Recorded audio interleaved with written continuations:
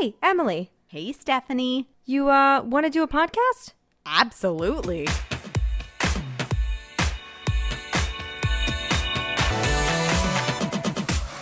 Welcome to Cycle Chats, a podcast to destigmatize what it means to be a woman. This is episode 37, Trust the Universe, where we speak with a lady who is sisters with the stars and pals with the planets, a woman who wants to dive into your soul and help to empower you through astrology. It's the Seoul Astro Intuitive Astrologer, Jessie Ekels. I am so excited to be talking to you today. Thank you for joining us. Thank you for having me. Yeah, this is the most asked for guests that we've ever had. So I'm excited to dive into it. I know, Steph and I both have our beliefs, and I think it's going to be fun and entertaining for me to learn a lot and hopefully for our listeners to learn. So that brings me to my first question of what made you get into this field? Yeah. So for me, I feel like the stars have kind of always been part of my life in one way or another, but also I've always been into like human behavior, and astrology really is a way to describe that in a lot of ways. And so, just kind of silly story, but like when I was little, I always had those glow in the dark stars on my ceiling and like put them in the constellation. So I really do feel like I've always been aligned with astrology in kind of a unconscious way. And then, through my own journey, I started my own self-discovery, self-development path and got into things like Myers-Briggs. I studied education and psychology and really like to understand myself and understand people. And once I figured out astrology was super reflective of what I was going through, I just went down the rabbit hole, learned everything I could learn. And once I learned that, I felt super validated in my own journey, but also started, talking to my sister and my friends and basically reading everyone's charts and kind of just went down the path that way. That's amazing. I love that. And I love that it was kind of like unconscious. Maybe the universe had like its play into it, right? That they were like, I'm just going to drop the seed and see if you pick it up. Yeah, I do feel that way. Yeah. Steph and I were just driving the other day and I pointed out a psychic, which is one of my like favorite forms of just like, if I need a quick therapy session, I'll go in and I'll get my cards read, because then I feel myself that I get to either take the information that they've given me or get to say, I'm going to change what you just said. And I get to decide. And I think that's really powerful and a really quick way for me to like reaffirm some things for myself. So I love that that's kind of what this kind of is, because that's kind of my interest side of things in the universe and nature and everything. Well, speaking of the universe, something interesting that I was just talking to a friend with the other day is that I feel like truly once you start to like get in touch with nature and you really take time to like reflect on what that connection is, there's always these, I like to say they're invisible doors, right? And so when we say trust the universe is providing you with all these invisible doors. And then that leads to different options. Okay, so you're feeling pulled to this one decision. When that decision's made, those other doors disappear, but now there's still a couple doors there. It's your choice to walk through them to find the doors that are going to serve you, and they're each going to lead you down a different path. And it was all very woo-woo is a word that I've heard it called, where you get sort of philosophical about it, but it really, I don't know, I connected with it because I feel like that is something for me that happens a lot, is that I will be pulled to something and then I'm like, okay, but now these other three doors have appeared and these are my options within this one door. But I guess in order to kind of understand all that stuff, we should probably ask you, what does intuitive astrology mean? Because I think we kind of know, but I don't know if our listeners know, and I'd love for them to kind of be on the same page. Yeah. And I love what you said about that because, and we can talk about this if it's helpful, but, astrology, there is kind of a roadmap, but you always have free will. And that's kind of what you're talking about, in that you have all these doors, and astrology can kind of help show you what those doors are. You may intuitively know that already, but astrology is like, in my opinion, at least, it's a very black and white language. It's just like, okay, here they are. And you don't have to use your intuition as much, which ultimately we want you to come back to that, but then you can really, use your free will to kind of pick which door makes the most sense. But yeah, with intuitive astrology, so astrology, it is, I'm going to say a science. Scientists would not say that, but historically it was considered a science. It is actually, we use astronomy to see where the planets are in the sky, what degrees they're at, all of the things that we use, kind of the ecliptic of the earth. There's just a lot of astronomy and geometry actually involved in it. And, we know throughout all of history, kind of the general interpretations astrology astrology brings through the signs, the houses, and the planets. But with intuitive astrology, it's really where it becomes more of an art form. And, when you get really layered into interpreting everything, so, most people know their sun sign or their zodiac sign, but there's only 12. And obviously there's more than 12 people in the universe. And so when you're doing a chart interpretation, you're looking at everything. And there's so much kind of art and intuition behind that. And beyond that, you're born with your birth chart. It never changes, but obviously you change. And so when you're getting a chart read, when you're 5, 20, 30, 40, you're going to be in different cycles of your life. And so you really do need an astrologer who's able to see kind of where you're at on your journey and really bring in their own intuition and your intuition to kind of actually give you an accurate kind of description and guide you forward. I'm so game. This is like right up my alley. I don't know. There's something about like just trusting that the universe has that plan. It's just it's like a warm hug or a like sip of hot chocolate on a cold day. It just feels really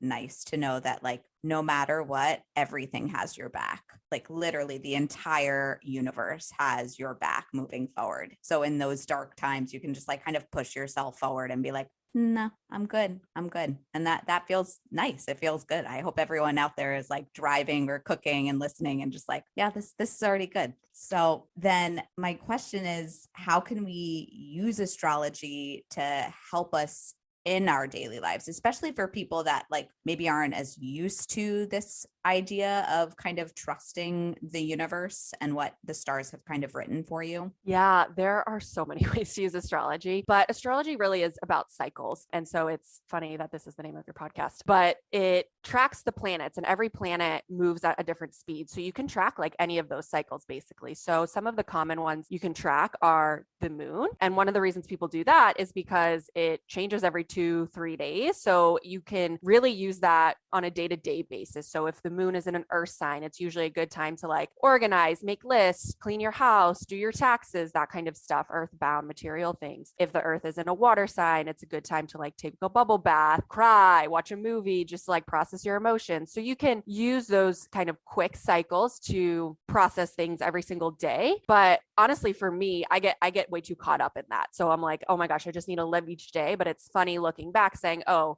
I felt more fiery that day, or I, spoke my mind a little bit more that day. So it's funny looking back for me, but you can literally use those to kind of map out your week as well, to kind of lean into that energy. On top of that, and this is still a lunar cycle, and we were talking about this a little bit before, but we're in eclipse season literally right now. We're like in a portal. So eclipses happen every year, and those are also in cycles. They are 18-month cycles in that they stay in one sign for 18 months. But the 2-week window we're in right now is that we had a new moon on April 30th and a full moon on May 16th that are both eclipses. So this window is really potent. We'll have another one in October, November timeframe of later this year. So those eclipse cycles are really interesting to track because they go back to the same sign every 9 years. And so you can look back at, for example, in this eclipse cycle, 2013 and 2004, to see kind of what that story is for you in 2022. So they're about a year to 18 months long and a little bit easier to kind of see like the bigger picture around what's going on. But there are so many different cycles you can be looking at. And then depending on your birth chart, you may have lots of planets in certain signs, and the other planets moving in the sky right now, those are called the transits. They may be impacting your birth chart in a particular way. And so I do something called transit readings. Tons of astrologers do that. It's a very common reading to do, to say, what's going on in my life right now? How can I move forward? And you may notice, okay, well, Saturn's doing this, or, the sun's doing this to my chart, or the eclipses are hitting me here. And so we can talk about what those cycles look like for your given birth chart. But I would say the moon's like the easiest way to kind of start getting into it, because that's very trackable and like Googleable as well to see where it is. You said something really interesting. You were talking about how you can kind of look back and see where you were however many years ago and where you are now. And that is absolutely something that I've noticed with Facebook. Will be like, here's your memory from this time. And I'm like, wow, that was when I was in high school. And I feel that way like a little bit now. And so it's just, I think now something has just clicked in my mind. And I'm like, oh my God, it all makes sense now. It's bizarre. It really is. And even I've been practicing it for honestly years at this point. And I have been doing some like posts on look back to 2013, look back to 2004. And it wasn't until yesterday, I texted my sister. I was like, oh my God, do you know what was happening in my life then? I was like, how relevant is that to today? And it's just really crazy to look back at those cycles. So like, what's the best, I know we said the moon. So like, what's the best way to dip your toe in if this is something that you're interested in learning more about and starting to kind of like identify it and connect it with your life?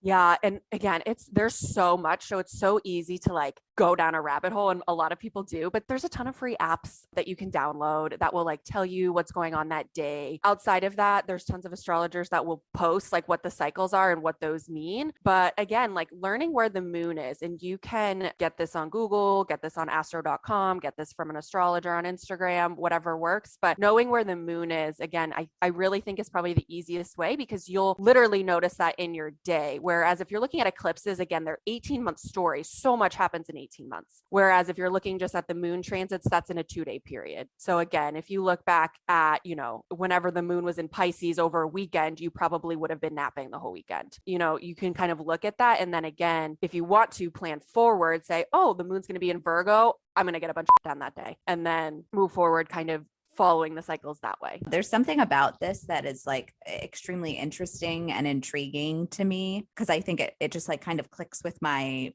brain and the idea of what life is. It's just a really beautiful way, because then everything is connected. And that's like such a big thing that we talk about on this podcast, right? Is connectivity, especially between women, because that's what we're talking about. And we are so connected as women, but it's so beautiful to know that we are so connected with the universe that we're in place with, right? Like the flowers, the trees, the sun, the moon, the clouds, like everything is connected. And like I said before, it just kind of feels like a warm hug. It's really nice to feel that connection with nature. Like I know that that's huge for me. If I'm in a bad place, I'll just like take a walk outside, and that's kind of my connectivity. That's my way of meditation. So I kind of like this idea of meditating through the stars. My husband's on like a very spiritual journey right now, and is just like kind of rocking my world to see his evolution of growth through everything he's learning. And I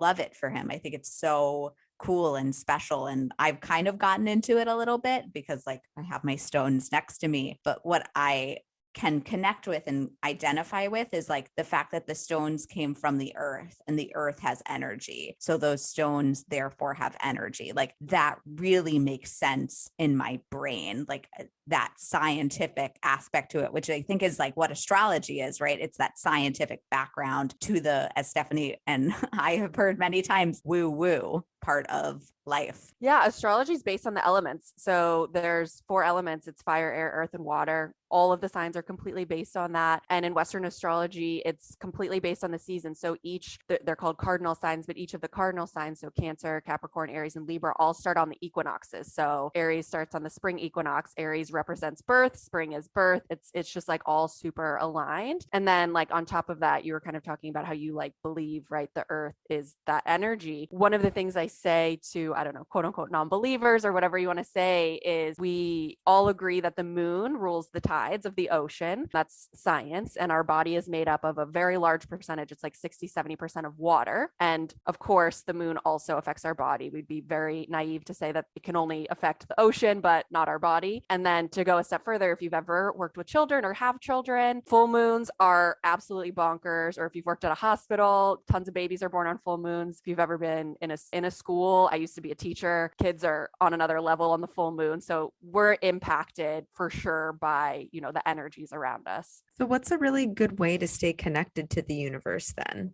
in like regards to those different phases? Is there a different way to do it in each phase, or is it pretty much all the same? Yeah. And I would say, it does relate to your birth chart. So, someone with, for example, a lot of earth in their chart is going to be more earthbound. They're going to naturally, they probably already have like a lot of plants or spend a lot of time outside, but they may need help balancing those other elements. They may need help kind of speaking their truth, igniting their fire, and kind of having to lean into that a little bit more. Vice versa, if someone has a lot of water, they may be wildly emotional, feel very okay being vulnerable, and all of those types of things, but again may need to lean more into that kind of earth element and ground themselves more. So there's a big component to your birth chart, but again, in the sky, there's also going to be a balance. And so, right now there is Venus actually is moving from Pisces to Aries today, I believe. But prior to today, we had a ton of planets in Pisces energy. And so we had a lot of water, lots of sensitivities, lots of emotions coming up. And so there was a kind of overbalance or kind of extreme in like the water element, even though we're in Taurus season, which was helpful actually, because that's a little bit more grounding. But you can kind of look at the dynamics of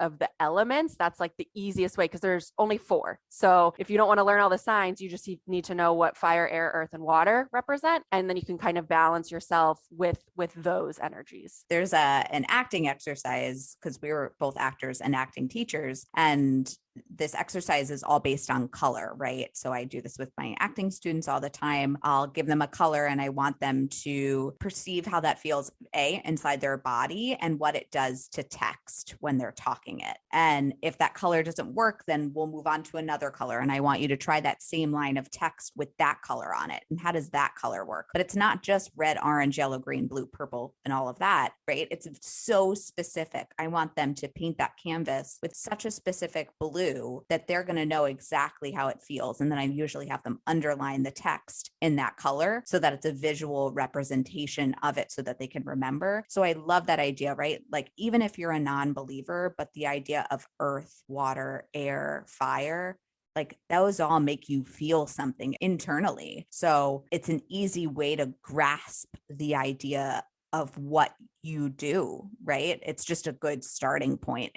But then we have to get into, body literacy and listening to yourself and intuition and all of that stuff, which I don't think a lot of people unfortunately do for themselves, which is one of like my biggest things. But this is kind of blowing my mind. So then you were talking about non-believers, right? And what is like the biggest thing that people usually come and combat you with? Like, what's their biggest issue with this idea of astrology? Oh gosh. I mean, so many things, right? Like it starts with some people who just don't resonate with their sun sign or their zodiac, right? So, oh, I'm a Cancer, like I don't cry, that doesn't make any sense. So maybe they just don't resonate with that, or, they don't resonate with the horoscopes that come out, because that's a very easy way to access astrology. Horoscopes have been written in newspapers, now they're in magazines, you can get them very easily. And so maybe they don't resonate with that. And so they might not believe that. Beyond that, tons of people that just, it in a way does sound a little crazy. How can the stars affect us? And I think some people feel like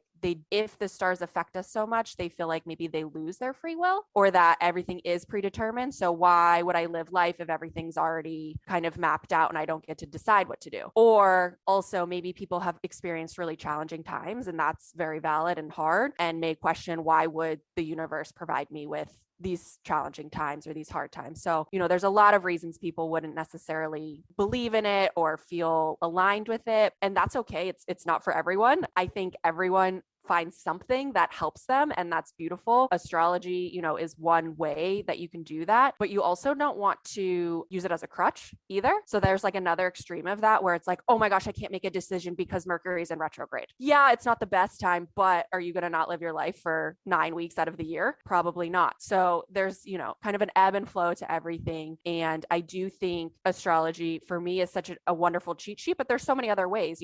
There's therapy, there's human design, there's even things like Myers-Briggs and those personality tests. The nice thing about astrology is that it just is what it is. Like it flows with you through life. It goes through cycles. When you take like a Myers-Briggs test or any form of personality test, you're coming in with your current experiences, and that's going to change over time. Whereas astrology is just who you are. When we look at your moon sign, your emotional body, which is represented by your moon sign, that is always going to be how you process emotions. And so this is always going to be your best coping skills. This is always going to be the best way to process emotions. And that's going to be unique to you. Yeah, I'm going on a little bit of a tangent.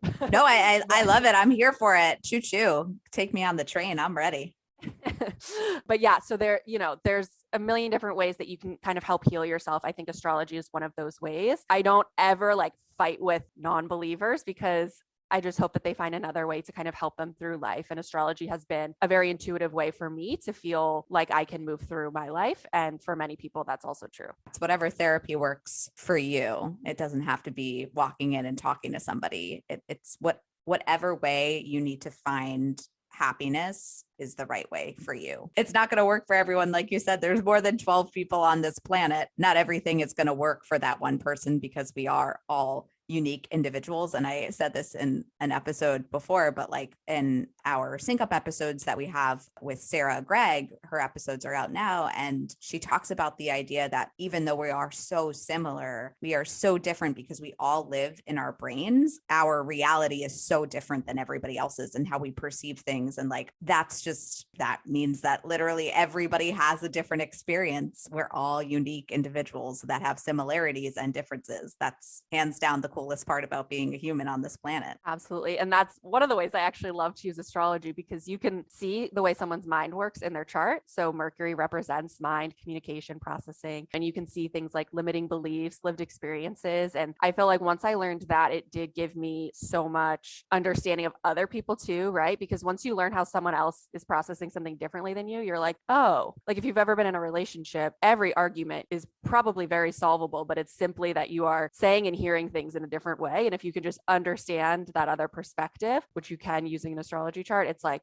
oh, okay, well, that's just a difference that we have. That's one of like my favorite things about acting, and like the people that are not actors. I have a lot of kids that come into my class that have absolutely no interest in being actors. They just think it's going to be an easy grade. And as everybody knows, I am not an easy grader, but they come in and I try and change at least their perception of what acting is. And I try and make sure that they're leaving my class. Like I literally just got a text message from one of my students and was like, I learned so much. I should have done the extra credit. I should have done the discussion posts. That's on me and my tiredness. So she was like, next time I will make sure to do everything no matter how I feel, because it does impact the grade at the end. She was like, so I'm very thankful for that. And I appreciated it. And because sometimes I get, really rude text messages from my students that are like, how dare you? And all crazy things. But I sent her a text back and I was like, thank you. Because I want you guys to walk away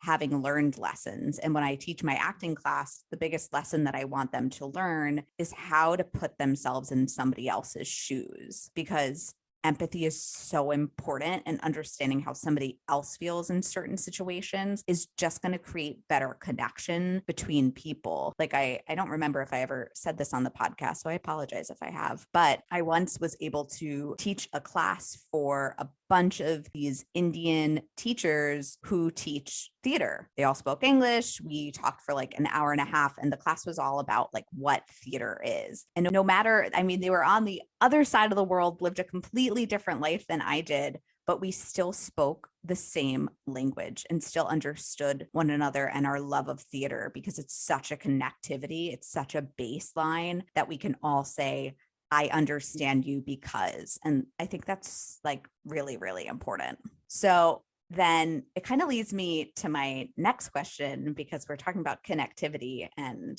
I know for me, that's what women empowerment means. So what does women empowerment mean to you? Yeah, I think that's a huge part of it, right? It is coming back into community. And oh gosh, I have so many things to say about that. But astrologically, we're moving into the age of Aquarius. We're moving into some energy that is much more feminine. And in astrology, when we talk about feminine and masculine, it's not necessarily, it's energy. So feminine is more flow, masculine is more structure and rules and all that kind of stuff. So we're moving into more of a little bit more of a feminine flow. And as women and as females, we have that naturally as part of who we are. And so we're moving into this energy that allows for so much more of that flow state, and not so work, kind of climb the corporate ladder, blah, blah, blah, all of that kind of stuff. So we're moving into this feminine energy, which is beautiful. And a huge part of that is community. And we have been so wildly disconnected from that, and arguably more connected than ever because of social media, but also very arguably more disconnected than ever. And,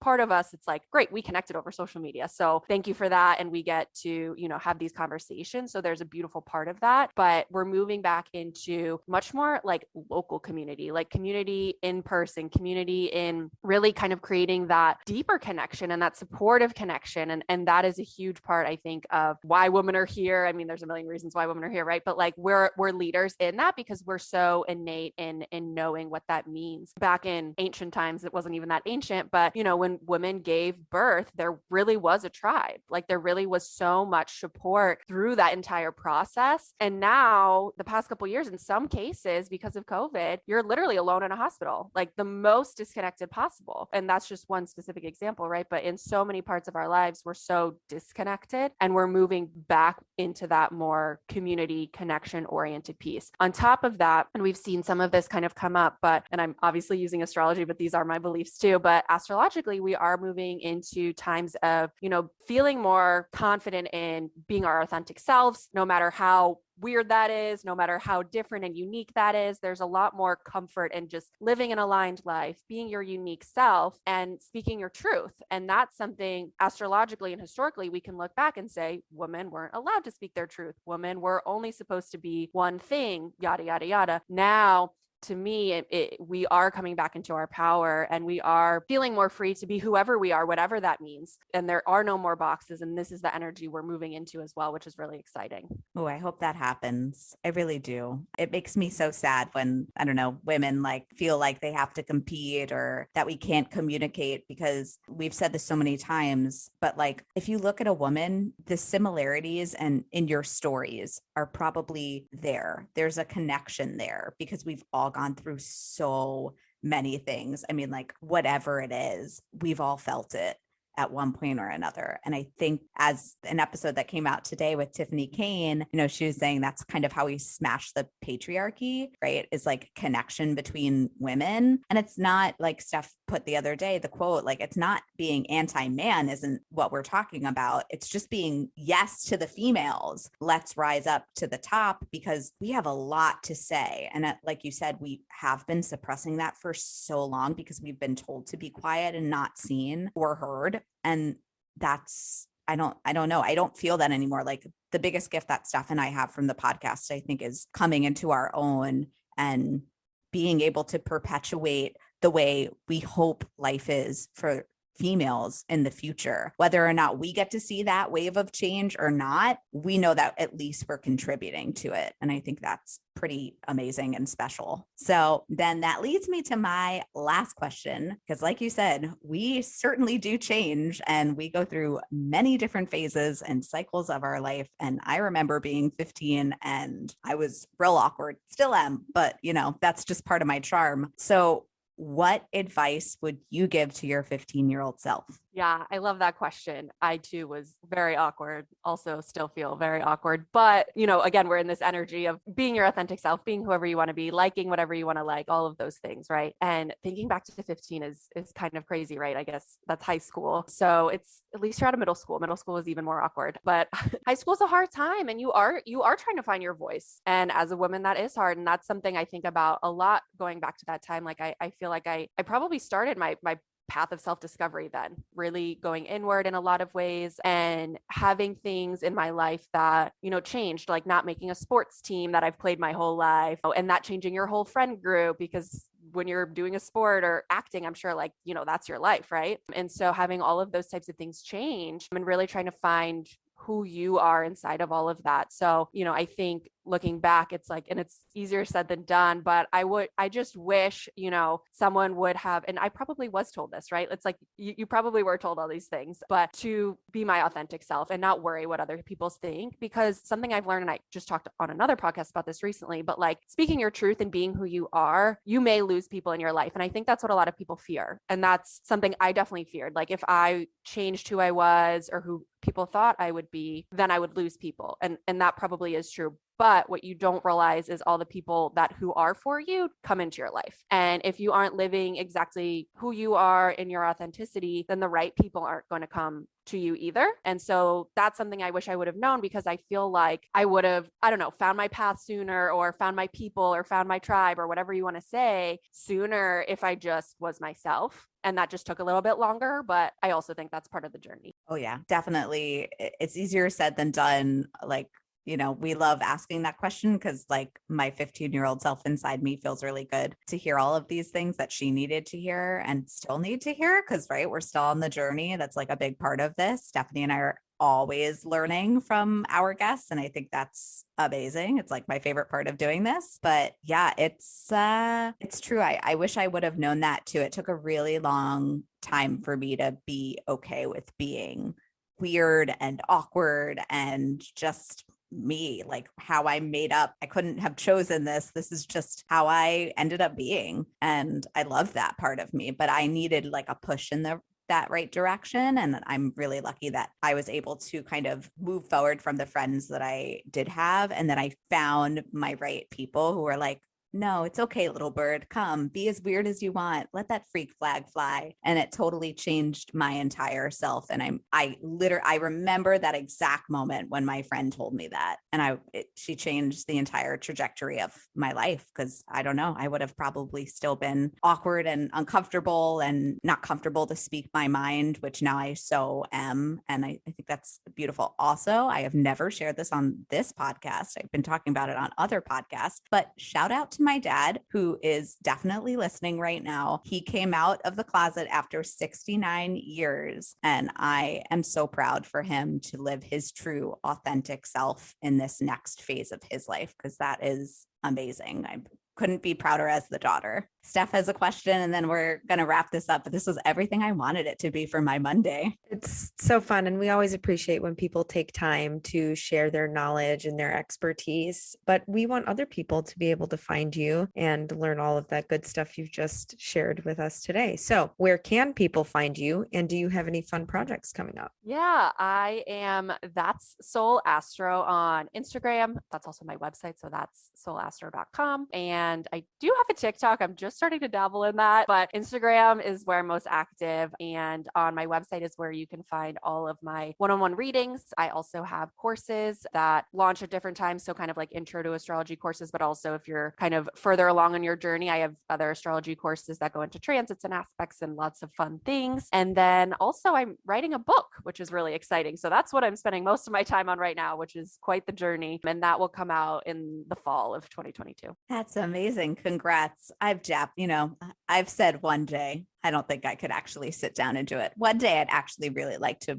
write a play, though, about everything I've gone through in my life. I have it in my head, and I think it would be very interesting. So maybe instead of a book, maybe I'll write something like a play. That would be quite nice and fit into my life quite nicely, I think. So anyway, thank you so much. Like I said, this was like the perfect way to kind of start my Monday, start my week. I just, the universe put you in our path, and thank you to all the listeners that have been asking for astrologists for so long. We finally got one. So I'm very happy that I finally was able to make that happen for all of you cats listening. This was, I'm going to have a smile on my face for the rest of the day. So I'm super satisfied right now. And just a massive amounts of thank yous all around. So thank you to our listeners. Thank you, Jessie, for coming and hanging out with us. Guys, if you don't know, we have some really cool things coming up. And to get those cool new announcements, you should probably go and sign up for our newsletter, because that's how we're going to tell you guys first up, and you'll be getting the first look at some really amazing next steps that Steph and I are taking in our podcast journey. So sign up for that newsletter. I promise you will not regret it. We won't spam you. It's just going to be all the fun projects that we got coming up in our universe. So thank you, thank you, thank you a million times. Really, I could say it 1,000 times, a million times, infinitely, whatever. To the infinity and beyond, I feel like is how I should end this. But as always, we hope you sync up with us next time.